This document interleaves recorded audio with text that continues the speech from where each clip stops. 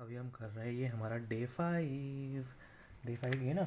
ठीक है, इसमें हम पढ़ेंगे, देखो सबसे पहले हम पढ़ेंगे SS 610 using the work of internal auditor. कौन यूज़ करेगा? कोई भी फालतू यूज़ नहीं करेगा, एक्सटर्नल ऑडिटर है वो यूज़ करेगा। ठीक है, तो उसकी एक्सटर्नल ऑडिटर यूज़ करेगा, मतलब using the work of internal auditor and using internal auditor to provide direct assistance. मतलब उससे हम हेल्प ले लेंगे भाई कि हमारे पास एक काम अगर तो ये वाला काम भी कर देना हमारा, तो डायरेक्ट असिस्टेंस ले लेंगे। ठीक है, तो सबसे पहले एक्सटर्नल ऑडिटर की जो रिस्पॉन्सिबिलिटी है, it is not reduced by using internal audit function, because जो इंटरनल ऑडिटर है वो इंडिपेंडेंट नहीं है बाबा।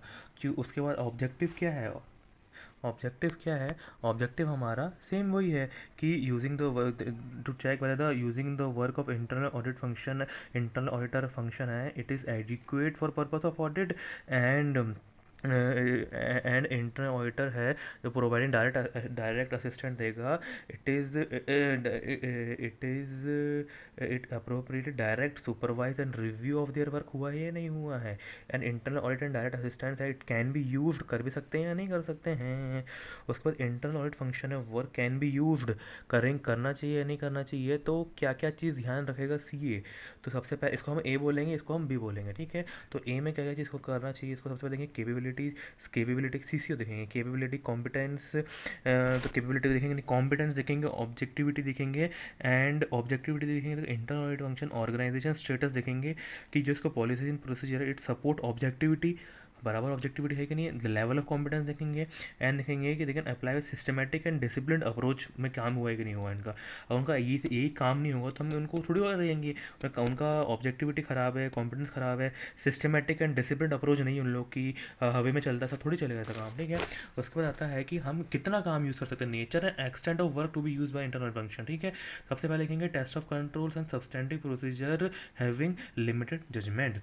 टेस्ट ऑफ कंट्रोल में ऑपरेटिंग इफेक्टिवनेस देखेंगे, सबस्टेंडिंग प्रोसीजर में आगे बढ़ेंगे तो वाउचिंग होता है, वेरिफिकेशन होता है।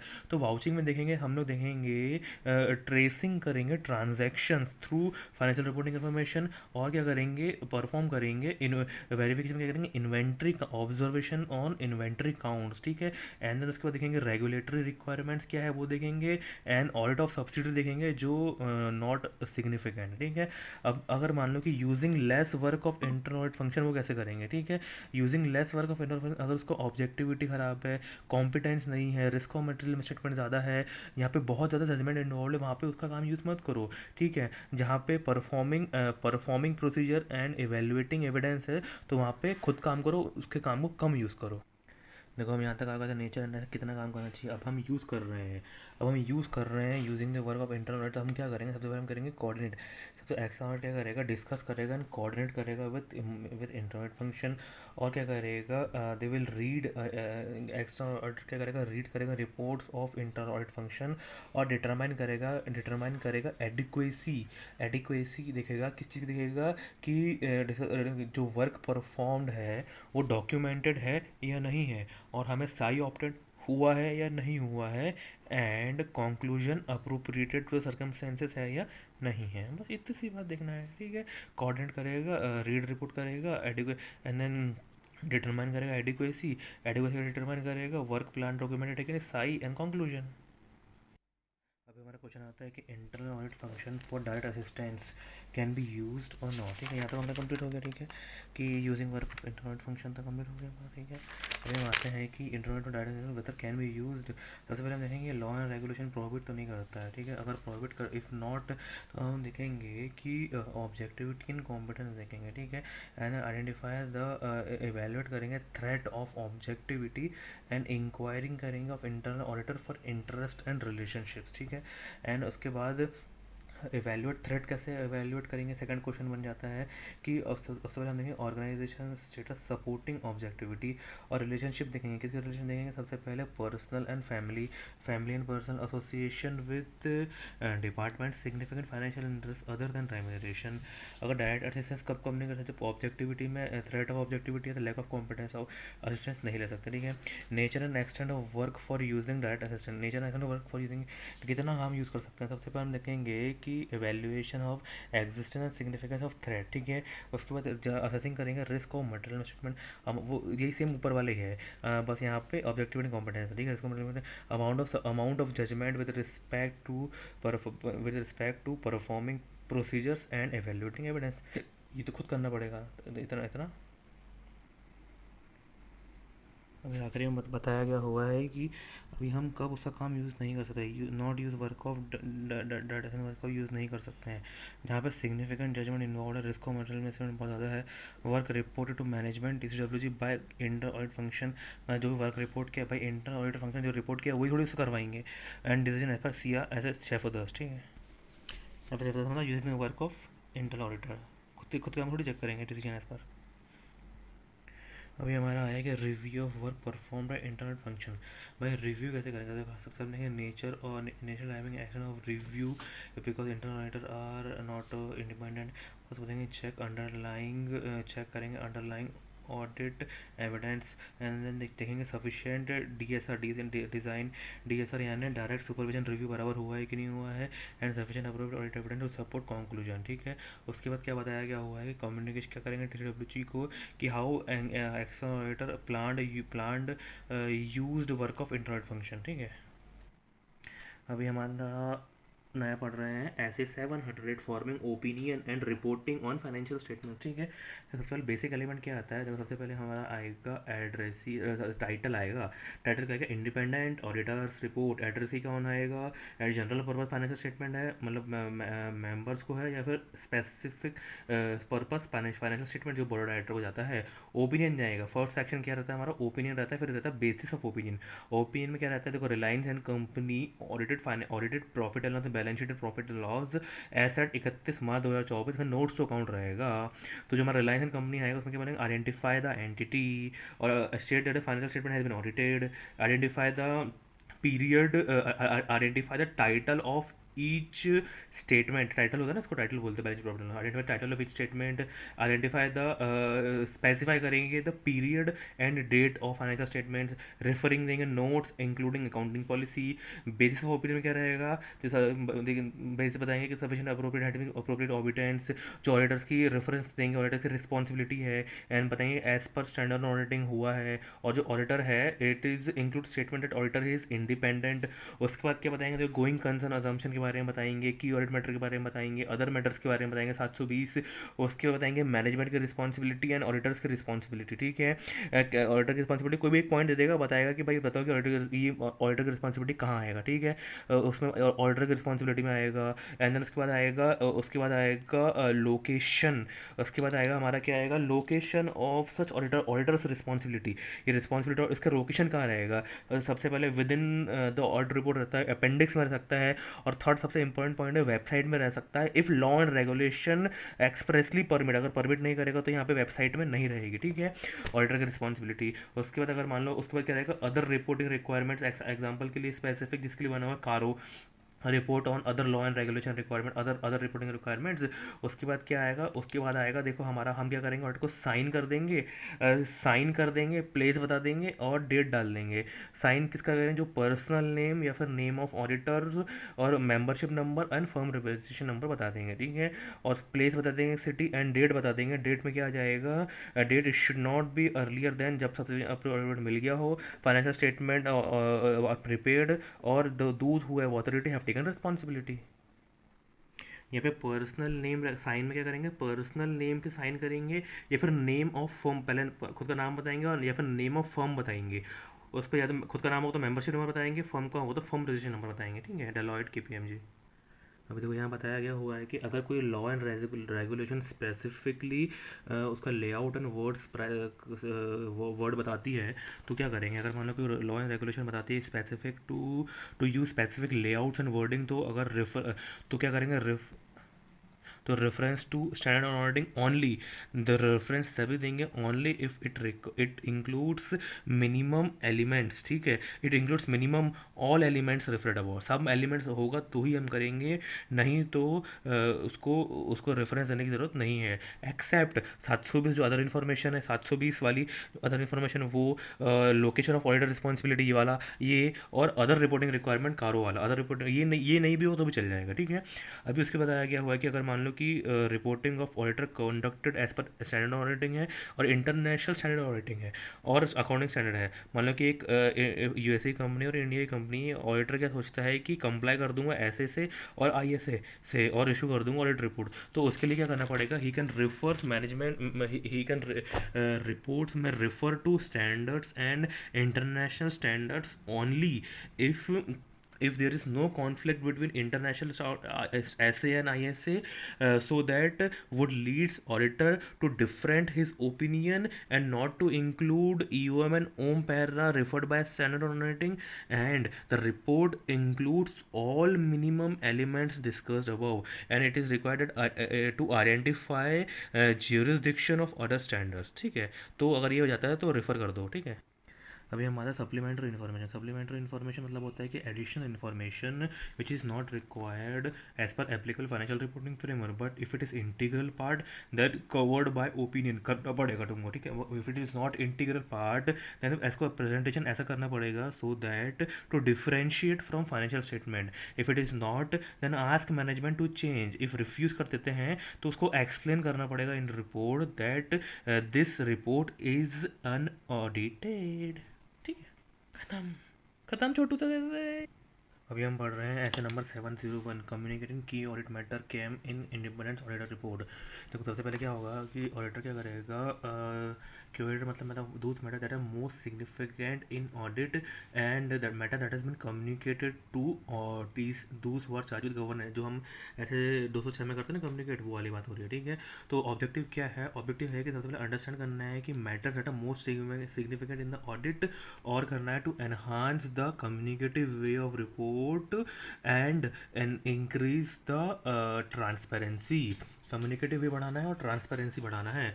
एप्लीकेबिलिटी किसके हो जाएगी, एप्लीकेबिलिटी हो जाएगी एज पर ऑफ SA01 किस every listed company, every listed entity and otherwise if there is auditors judgement and if law and regulation, ठीक है। और एज पर 705 प्रोहिबिट करता है कि की ऑडिट मैटर नहीं करना पड़ेगा व्हेन डिस्क्लेम ऑफ ओपिनियन है, ठीक है, अनलेस रिक्वायर्ड बाय लॉ। अगर की ऑडिट मैटर है it is not a substitute for disclosure in financial statement और as per SA 570 going concern, and it is not a substitute for giving opinion of modified opinion as per 705 और giving opinion on separate matters on individual matters, ठीक है। तो इसका कोई substitute नहीं है ये, वही बताया गया हुआ कि understanding matter most significant enhance the communicative value and transparency, applicability listed entity other auditor decide करेगा ऑडिटर जजमेंट के साथ रिक्वायर्ड बाय लॉ, डिस्क्लेम होगा तो कि देने की जरूरत नहीं है। स्कोप बताया हुआ है कि सब्सिट्यूट नहीं है फॉर डिस्क्लोजर है 570 express modified opinion separate opinion, ठीक है। देखो अभी हम क्या हमारा कि ऑडिटर में सब्सिट्यूट बता दिया, substitute disclosure finance going concern opinion वगैरह के बारे में बता दिया। अभी हम बता रहे हैं कि प्लेसमेंट ऑफ की ऑडिट मैटर, प्लेसमेंट कहाँ रहेगा। देखो सबसे पहले हमारा आता है ओपिनियन, फिर basis of opinion, basis of opinion के बाद आता है मेटेरियलिटी अनसर्टेनिटी गोइंग कंसर्न, तो बेसिस इन दोनों के बाद आएगा की ऑडिट मैटर ऑन EOM पेरा, एंड उसके बाद आएगा उसके बाद तो वैसे 720 आता है, लेकिन उसके बाद जनरली मैनेजमेंट रिस्पॉन्सिबिलिटी आता है, ठीक है। तो जो भी मैनेजमेंट रिस्पॉन्सिबिलिटी है उसके पहले या फिर basis of opinion material uncertainty उसके बाद में, और ये दो ऊपर नीचे अपने हिसाब से ऑर्डर के हिसाब से हो सकते हैं, ठीक है। वो प्लेस बताया है यहाँ पे, ठीक है। कम्युनिकेटिंग कीवर्ड मैटर, कम्युनिकेट करना है कीवर्ड मैटर, उसकी इंट्रोडक्टरी लैंग्वेज क्या रहेगी, ठीक है।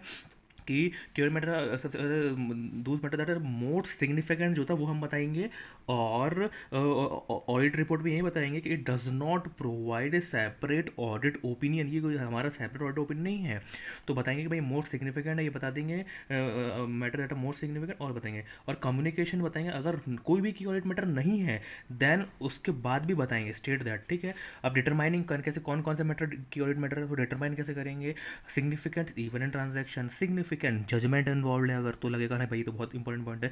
रिस्क ऑफ मैटर इन्वेस्टमेंट बहुत ज़्यादा है। और कीवर्ड मैटर, ऐसे कीवर्ड मैटर है, ये ऐसे भी हो सकते हैं, may be such information which is not disclose in financial statement, मतलब फाइनेंशियल स्टेटमेंट नहीं है फिर भी इसको डिस्क्लोज कर रहे हैं, तो बता सकते हैं। जैसे कि न्यू इन्फॉर्मेशन टेक्नोलॉजी अगर हो रही है तो फिर भी हम कीवर्ड मैटर में उसको बता सकते हैं। अभी हम पढ़ रहे हैं ऐसे number 705, modification to audit opinion, ठीक है। सबसे पहले मॉडिफिकेशन कम करते हैं। सबसे पहले हम मॉडिफिकेशन कब करेंगे, जब financial statements are materially misstated and sufficient appropriate audit evidence नहीं मिल पाता, याद रखना, ठीक है। अब परवेसिव मटेरियल भी रहता है, परवेसिव। परवेसिव मतलब ये होता है कि सबसे पहले जो effect and possible effect on of misstatement that is not confined to specific account और कन्फाइंड है भी, if confined then it represents significant portion and उसका disclosure are fundamental to user। Example materiality uncertainty going concern है, ठीक है। तो ये है कि भाई effect and possible effect of misstatement, final statement नहीं, मिस स्टेटमेंट है। It is confined and it is not confined specific to account, confined है तो रिप्रेजेंट सब्सटेंशियल पोर्शन।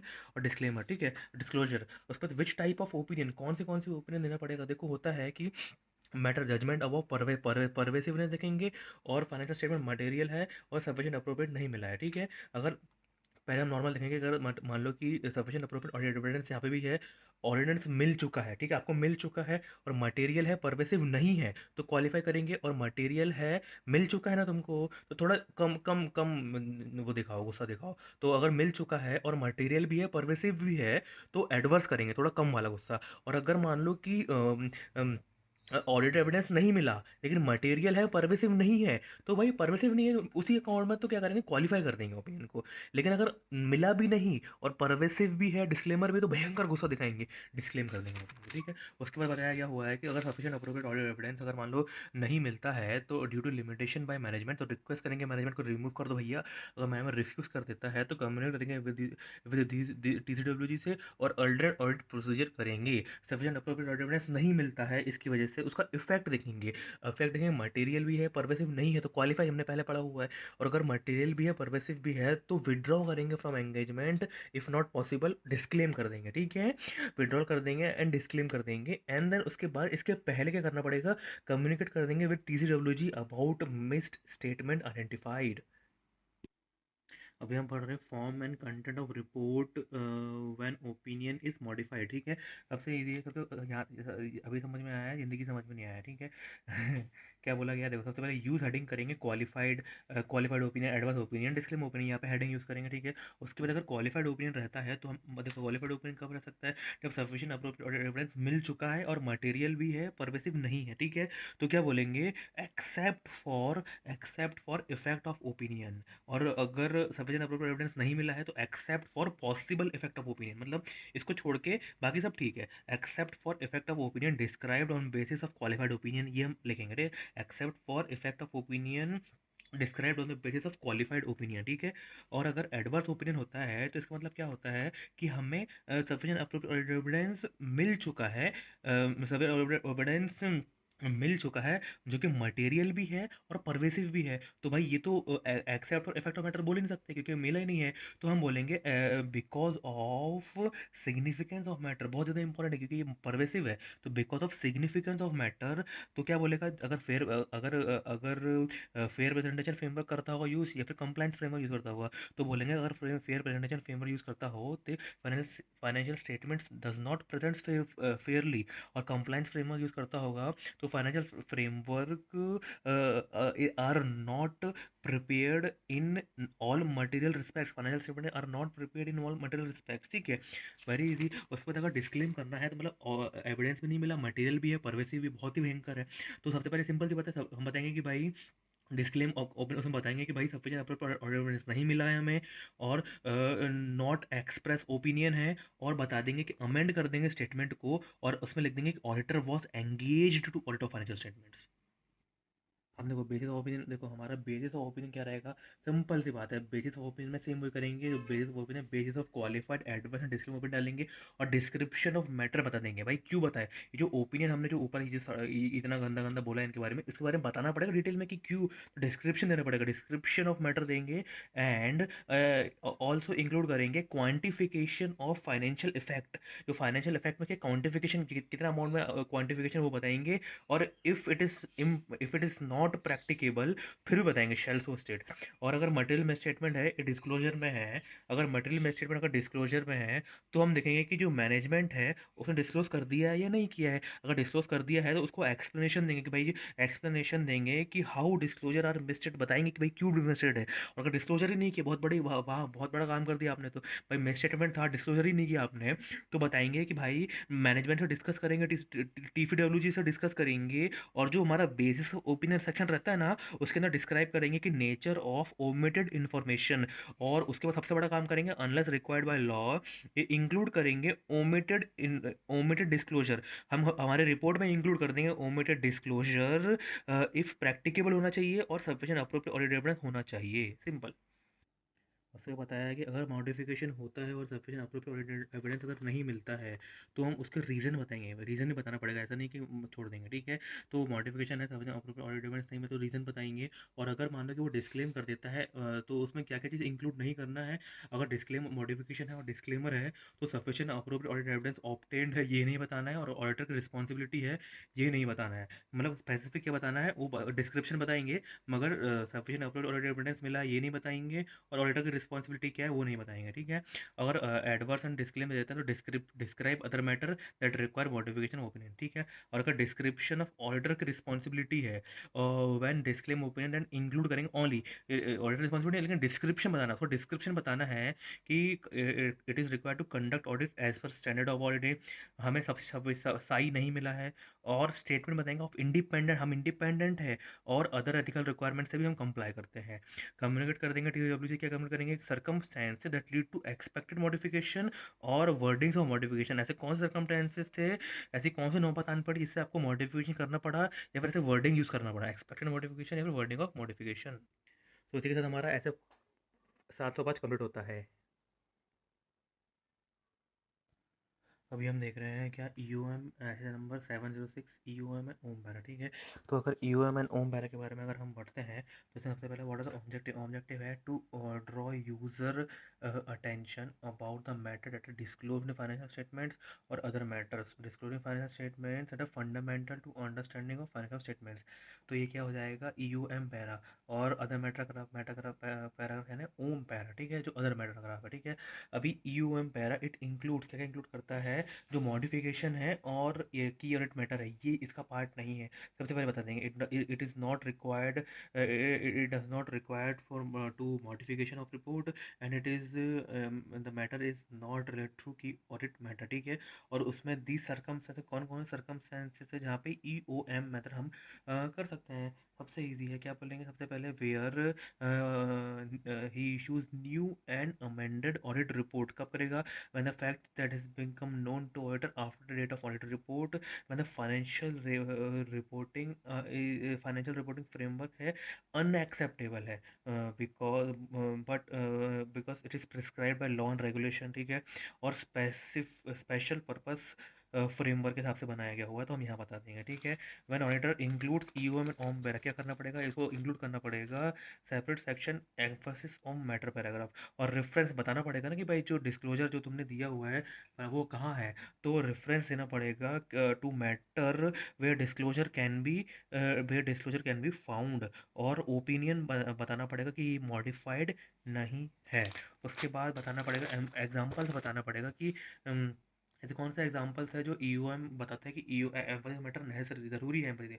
तो एग्जाम्पल हमारा हमने बनाया मैटर पहले और बाद में। पहले क्या बताएंगे एम्फोसिस मैटर पैराग्राफ में, अर्ली एडॉप्शन और early application of accounting standards, ठीक है, उसका मटेरियल इफेक्ट है फाइनेंशियल स्टेटमेंट से, और मेजर कैटास्ट्रॉफी आग भूकंप आ गया, और बाद में आने सब्सीक्वेंट सिग्निफिकेंट सब्सीक्वेंट इवेंट हो गया है कोई, या फिर outcome uncertainty about outcome of litigation, EOM is not ये हमने पहले ही पढ़ा हुआ है कीवर्ड मैटर में कि EOM is not a substitute for disclosure in financial statements, ऐसे 570 और ऐसे 705, ठीक है। जैसे हमें देखते हैं कि अगर कीवर्ड मैटर है तो सब जो इस साल हो रहा है सिग्निफिकेंट इवेंट जो अकड़ हो चुका है, ट्रांजैक्शन अकर हो चुका है, सिग्निफिकेंट ऑडिट जजमेंट जो मिला है और रिस्क ऑफ मटेरियल, उसको हम की ऑडिट मैटर में बताएंगे। लेकिन जो सब्सिक्वेंट मतलब सब्सिक्वेंट यानी हमारे इसके होने के बाद में जो हुए हैं लिटिगेशन, जो बाद में आया है, पहले नहीं था ना, वो कैटास्ट्रॉफी पहले हो गया है और ये भी पहले हो गया, ठीक है, मतलब कन्फ्यूजन नहीं होना चाहिए कीवर्ड मैटर। अभी हमारा अदर मैटर पैराग्राफ है, इट इंक्लूड्स क्या इंक्लूड करता है, unless law and regulation prohibits, और कीवर्ड मैटर होगा तो वो वहाँ जाएगा, यहाँ नहीं आएगा। और इट इंक्लूड सेपरेट सेक्शन, ठीक है, it is a matter other than does prescribe in financial statements, communicate कर देंगे EOM and OM para with TCW regarding जो भी एक्सप्रेशन, जो भी एक्सपेक्टेशन है and wording of this para, जो भी एक्सपेक्टेशन जो वर्डिंग है वो सब बता देंगे, ठीक है। रिपोर्ट मतलब होता है कि एक्सप्रेशन ऑफ ओपिनियन, सर्टिफिकेट होता है कि वेयर ऑडिटर वेरीफाई फैक्ट्स। अभी हम देख रहे हैं ऐसे number 710 comparative information and corresponding figures and comparative financial statement. तो इसको बोलेंगे इसको मैं ए भी बोलूँगा, इसको ए, इसको बी, ठीक है। तो करस्पॉन्डिंग फिगर मतलब ये होता है कि it relates to the auditor will give opinion, opinion है, it refers to current period only. In case of comparative financial statements the opinion it refers to both each period, ठीक है। Example ये है कि 2020 इसका 19, इसके लिए पूरा रेफरेंस ओपिनियन देगा, ठीक है, ओपिनियन देगा, ठीक है। एंड देन उसके बाद what are the audit procedure for comparative financial statement, क्या ऑडिट प्रोसीजर रहेंगे फॉर कंपैरेटिव यानी ए बी बोथ के लिए क्या रहेगा। सबसे पहले हम देखेंगे कि भाई जो कंपैरेटिव फाइनेंशियल स्टेटमेंट है, कंपैरेटिव अमाउंट ये है, it agrees with the amount of prior periods and whether the accounting policy has been are consistent, and if there is any changes in accounting policy then it has been properly disclosed। मतलब ये बताना चाह रहा है कि agrees with amount of prior period, मतलब ये होता है कि जैसे कि ये जो अमाउंट हमने लिया हुआ है, यहाँ जो हमने लिखा है हमारी बैलेंस शीट में, ये जो एक्चुअल को 31 मार्च और 19 जो बैलेंस शीट है वो बराबर अमाउंट है या नहीं है, it agrees with the amount of prior periods, ठीक है।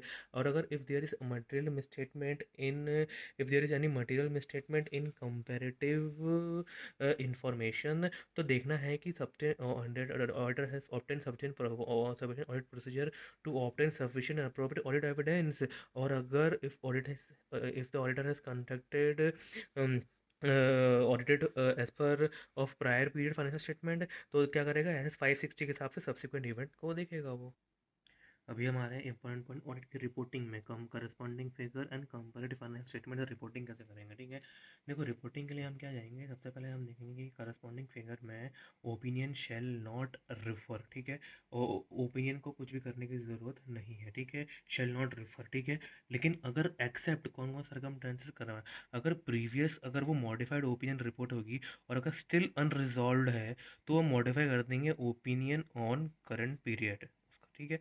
और अगर प्रीवियसली अनमॉडिफाइड ओपिनियन था, मतलब सब चंगा था, लेकिन हम अभी इस साल material misstatement in prior periods मिल जाता है, अभी मिल जाता है, ठीक है, तो डील्ड करेंगे एज पर एप्लीकेबल FRF, और अगर नॉट कर पाते हैं तो क्वालिफाइड एंड एडवर्स ओपिनियन दे देंगे, ठीक है।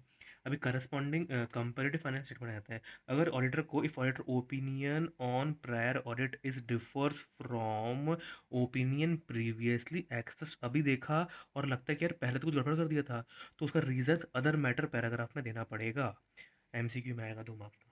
उसके बाद अगर प्रीडिसर ऑडिटर अनमॉडिफाइड ओपिनियन रिपोर्ट थी, मस्त चंगी रिपोर्ट थी, लेकिन इस साल कुछ हमें मिल जाता है, तो हम क्या करेंगे, कम्युनिकेट करेंगे। यहाँ पर क्या करते थे, हम FRF देखते थे और क्वालिफाइड ओपिनियन देते थे, नहीं होता तो, लेकिन यहाँ पर ऐसा नहीं करेंगे, यहाँ पे अलग कहानी, कम्युनिकेट करेंगे किसको, मैनेजमेंट TCWG को और प्रेडिसर ऑडिटर को। और इफ़ वो कर देता है, वो जो बंदा है ऑडिटर, वो इश्यू कर देता है न्यू ऑडिट रिपोर्ट, तो हमारा जो ओपिनियन रहेगा, report only on current period, ठीक है।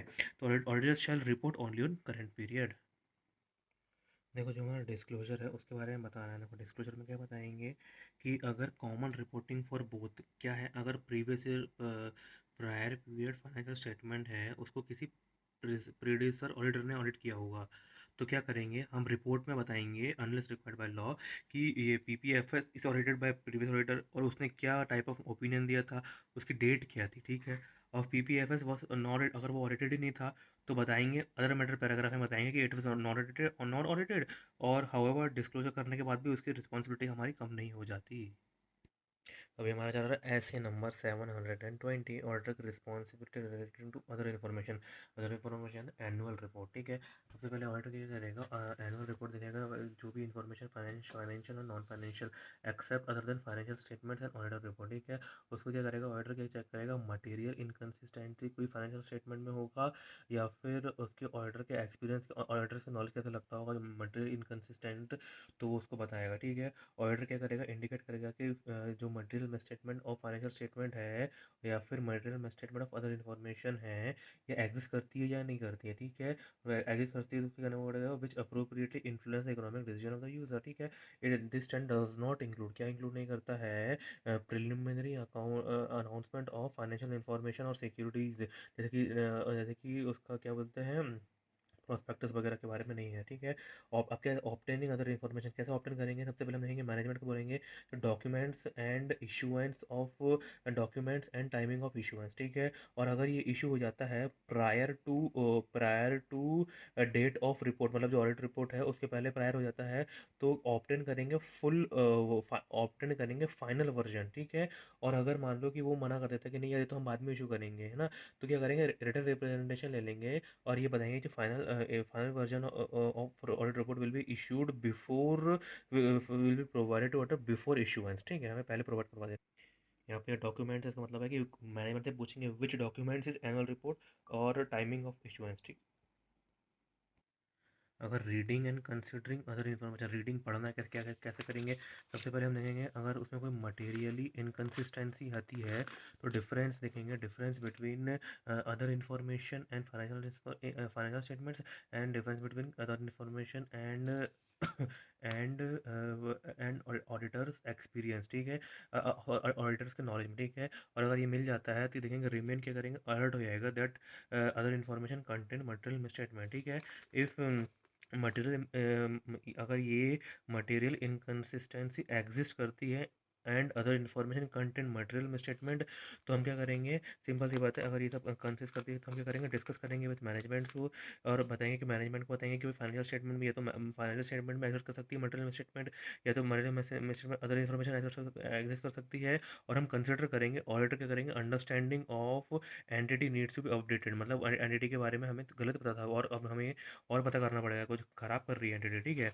अगर लगता है कि if material inconsistency exist and other information control material measurement, ठीक है, ये तो लिख देना अगर क्वेश्चन में है, और ये भी लिख देना कि अगर कंफर्म हो जाता है कि if material misstatement of other information exist, ठीक है, अगर अदर इन्फॉर्मेशन एग्जिस्ट करती है तो रिक्वेस्ट करेंगे मैनेजमेंट को टू करेक्ट, करेक्ट कर देता है, एग्रीज कर देता है तो डिटरमाइन की करेक्टेड, अगर रिफ्यूज़ कर देता है तो कम्युनिकेट करेंगे डीसीडब्ल्यूजी को रिक्वेस्ट टू करेक्ट, अगर फिर भी करेक्ट नहीं करता है तो देखें प्रायर टू रिपोर्ट, मतलब रिपोर्ट इशू करने के पहले या फिर रिपोर्ट इशू करने के बाद, तो रिपोर्ट इशू करने के पहले हमारे पास ये रिपोर्ट है तो कंसिडर करेंगे इम्प्लीकेशन फॉर रिपोर्ट, हमारे हमारे रिपोर्ट को हम कुछ भी कार्य करेंगे, ठीक है, या तो विड्रॉल कर देंगे, ठीक है, if law and regulation allow, ठीक है। और अगर रिपोर्ट इशू हो चुकी है और रिपोर्ट इशू होने के बाद तुमने ये बता रहे ये सब पता चल रहा है, तो हम हमारे लीगल राइट्स एंड ऑब्लिगेशन देखेंगे और मटेरियल में स्टेटमेंट है उसको अटेंशन टू यूजर्स बता देंगे, ठीक है। यहाँ पर क्या बोला गया, सेम सेम नहीं है, अगर material misstatement of other information exist, अगर यहाँ पे एग्जिस्ट करती तो हम ये देखेंगे, यहाँ पर है कि अगर material inconsist appears to be exist या फिर other information appears to be material misstate, अगर ऐसा लगता है तो देखेंगे material misstate financial statement exist करती है, अदर इन्फॉर्मेशन एग्जिस्ट करती है, और ऑडिटर का अंडरस्टैंडिंग बढ़ाएंगे of entity needs to be updated, ठीक है। देखो अगर हमें रिपोर्टिंग करनी है तो रिपोर्टिंग करने के टाइम में हमें क्या करना पड़ेगा, रिपोर्टिंग करने के टाइम में हमें वही जो हम करते हैं सेपरेट हेडिंग देते हैं कि भाई अदर इन्फॉर्मेशन, और अगर इनकी तरफ लिस्टेड एंटिटी उसमें बताएंगे कि obtain expected to obtain information, और इनके तरफ लिस्टेड अनलिस्टेड एंटिटी उसमें बताएंगे ओनली इफ ऑप्टेंड सम और ऑल इन्फॉर्मेशन, ऐसे नहीं है, ठीक है, यहाँ पे एक्सपेक्टेड नहीं आता, ठीक है। और अगर इट सेक्शन, जो इसका सेक्शन है वो क्या इंक्लूड करेगा कि there is identification of other information obtained prior to date of report, और इनके सब लिस्टेड एंटिटी बताएंगे कि अदर इन्फॉर्मेशन है it is it is expected to obtain after date of audit report, ठीक है।